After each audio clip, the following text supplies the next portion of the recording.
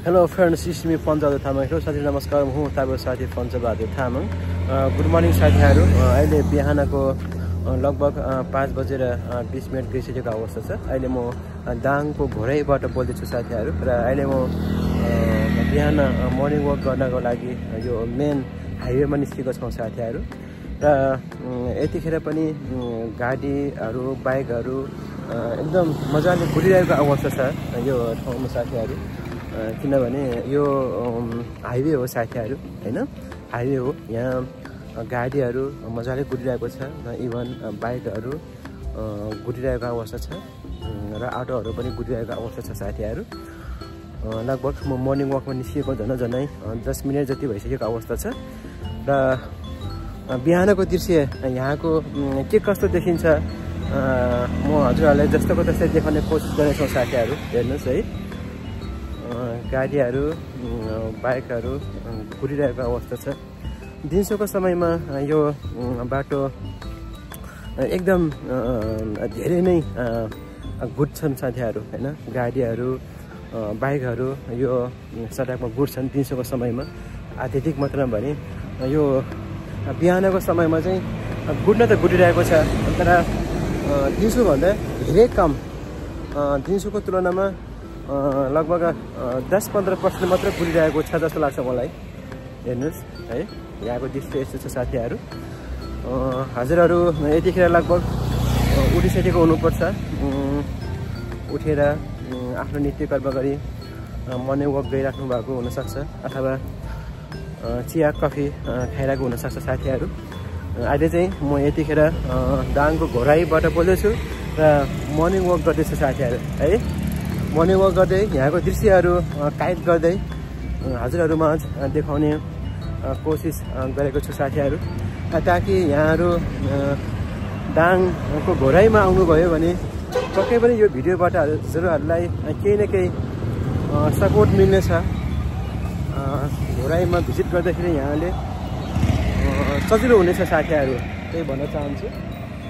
हेर्नु साथीहरू है, जस रोडको अवस्था पनि राम्रो छ साथीहरू। बिचमा यो छुट्टाएको छ भने जाने र आउने छुट्टै बाटो रहेको छ। यसले गर्दाखेरि गाडीहरू एक साइडबाट आउने अर्को साइडबाट जाने हुन्छन्। यसले गर्दाखेरि ट्राफिक जाम हुने सम्भावना चाहिँ अलिक कम नै छ साथीहरू। मैले घोराईमा चाहिँ ट्राफिक जाम भएको खासै देख्न पाएको छैन, किनभने यहाँ चाहिँ रोड पनि ठुलो छ साथीहरू, होइन? रोड ठुलो भएको कारणले गर्दाखेरि आउने एक साइडबाट हुन्छ भने जाने अर्को साइडबाट हुन्छ। हेर्नुहोस् है, यो हाइवे भएको कारणले गर्दाखेरि ठुलो बसहरू चाहिँ गुड्छन् साथीहरू। हेर्नुहोस् है, ठुलो बसहरू हिँड्छन्। तर पनि यहाँलाई छोटो मिठो भिडियो बनाउन भनेर म बिहानको समयमा पनि यो भिडियो क्लिप्स बनाउँदैछु साथीहरू। हजुरहरूले कस्तो लाग्यो, जस्तो लाग्यो त्यस्तै नै कमेन्ट पनि गर्नु होला साथीहरू। र मैले धेरै भिडियोहरू फेसबुक रिलमा हालिरहेको हुन्छ। हजुरहरूले यसलाई लाइक गर्नु होला, मन पराएमा सेयर पनि गर्नु होला साथीहरू, र कमेन्ट पनि गर्नु होला। र मैले युट्युब च्यानलमा पनि यी भिडियोहरू हाल्ने गरेको छु साथीहरू। मेरो युट्युब च्यानल रहेको छ पञ्चबहादुर थोकर। मेरो युट्युब च्यानल पञ्चबहादुर थोकरलाई पनि यदि सब्सक्राइब गर्नुभएको छैन भने सब्सक्राइब गर्नु होला साथीहरू। मेरो युट्युब च्यानलमा अपलोड गरिएका भिडियोहरू हेरिदिनु होला। यहाँले कस्तो लाग्छ कमेन्ट पनि गर्नु होला साथीहरू। त्यसमा केही सुधार गर्नुपर्ने कुराहरू धेरै छन् साथीहरू। सुधार गर्नुपर्ने कुराहरूलाई हामी सुधार गर्नेछौँ। सुधार गर्दै अगाडि बढ्ने हो साथीहरू। हामी सोसल मिडियाहरूमा जोडौँ नै भन्न चाहन्छु। यो बिहानको समय हो साथीहरू। यहाँ मर्निङ वक गर्नेहरू पनि छन्। त्यसपछि गएर कलेजमा जाने विद्यार्थी भाइ बहिनीहरू पनि छन् साथीहरू, होइन? मर्निङ वक गर्ने पनि छन् र कलेज जाने विद्यार्थी भाइ बहिनीहरू पनि बिहानको समयमा रेडी भएर आफ्नो कलेज गइरहेको अवस्था छ साथीहरू। हेर्नुहोस् है, यो बिहानको दृश्य हो साथीहरू। हेर्नुहोस् है, बिहानको दृश्य। बाटो ठुलो छ साथीहरू। हेर्नुहोस् है, बाटो ठुलो नै देखिएको छ। हेर्नुहोस्, बाटोहरू घुटिरहेको छ। म अहिले बिच बाटोबाटै आइरहेको छ साथीहरू। हेर्नुहोस् है, त्यति गाडी गुडेको छैन। म बिच बाटोबाटै गुडिरहेको छु। म बिच बाटोबाटै हिँडिरहेको अवस्था छ।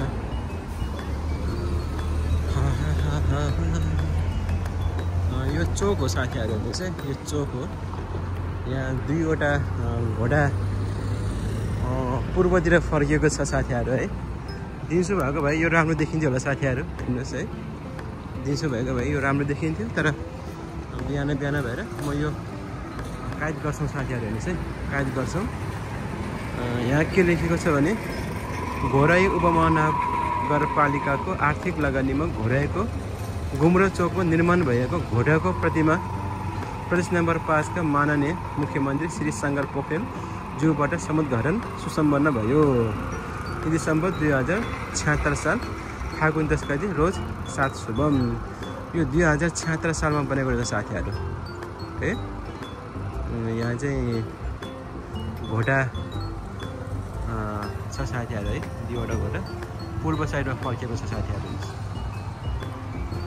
घोराई उपमहानगरपालिकाको आर्थिक लगानीमा बनेको रहेछ। यसलाई चाहिँ गुम्रो चोक भन्दछ साथीहरू है, गुम्रो चोक। यसलाई गुम्रो चोक भन्दछ साथीहरू।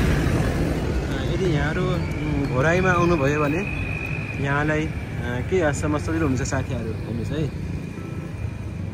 घोराईको मुख्य बजार पुग्नुभन्दा केही अगाडि यो चोक भेटिन्छ। यसलाई गुम्रो चोक भनिँदो रहेछ साथीहरू। मलाई एक्ज्याक्ट यसको नाम थाहा थिएन। हेर्नु साथीहरू, अब पश्चिम साइडमा अगाडि बढिसकेको अवस्था छ साथीहरू। यहाँको दृश्यहरू यसो देखिन्छ। दाङ रहेछ यो सडक डिभिजन दाङ।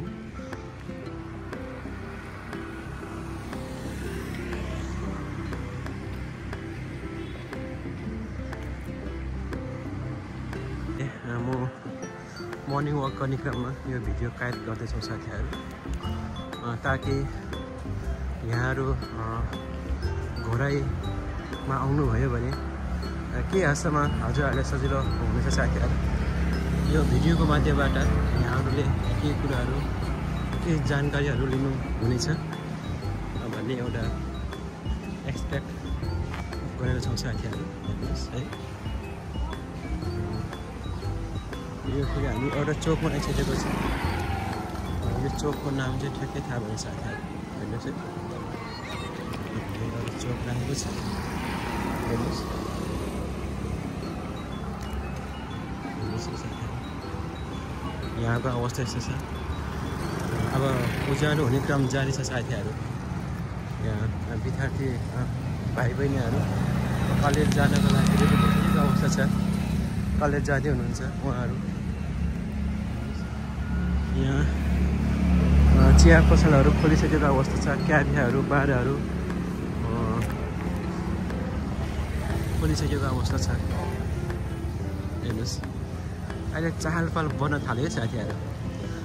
अहिले म बिहान निस्किँदाखेरि चहल पहल अलिक कम थियो साथीहरू होइन।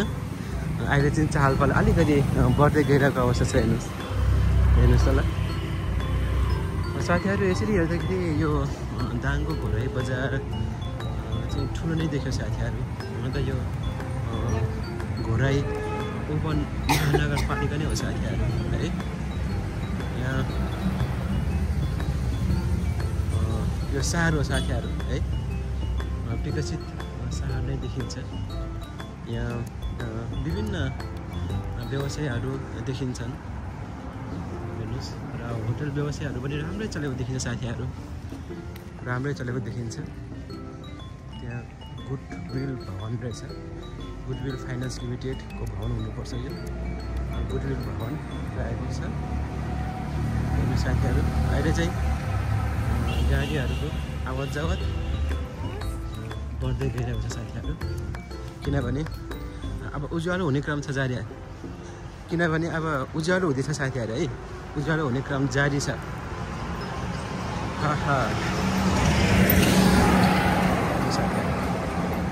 यहाँको दृश्य यस्तो छ। योभन्दा उतापट्टि पश्चिम साइडमा झन् ठुलो बजार छ साथीहरू है, ठुलो बजार छ। Reliable Nepal life insurance limited को दाङको घोराई शाखा पनि इत्यादि छ साथीहरू। योभन्दा अगाडि एउटा चोक छ, त्यो चोकदेखि चाहिँ उत्तर साइडमा छ 2-3 घर उत्तर साइडमा। अहिले म हेर्नु साथीहरू होटल माला इन प्राइभेट लिमिटमा आइसकेको छौँ साथीहरू है। अघि म यहाँबाट चाहिँ पूर्व साइडमा निस्केको थियौँ साथीहरू, यहाँबाट पूर्व साइडमा निस्केको थियौँ र मैले यो भिडियो कैद गरेको चाहिँ फर्किने बेला चाहिँ बनाएको हो साथीहरू। हेर्नुहोस् है, फर्किने बेला बनाएको हो। होटल माला इन भन्ने छ साथीहरू। यहाँको दृश्य यस्तो छ। बिहान जाँदाखेरि आधेर थियो साथीहरू, झन्डै म 5:15 निस्केको थियो मर्निङमा।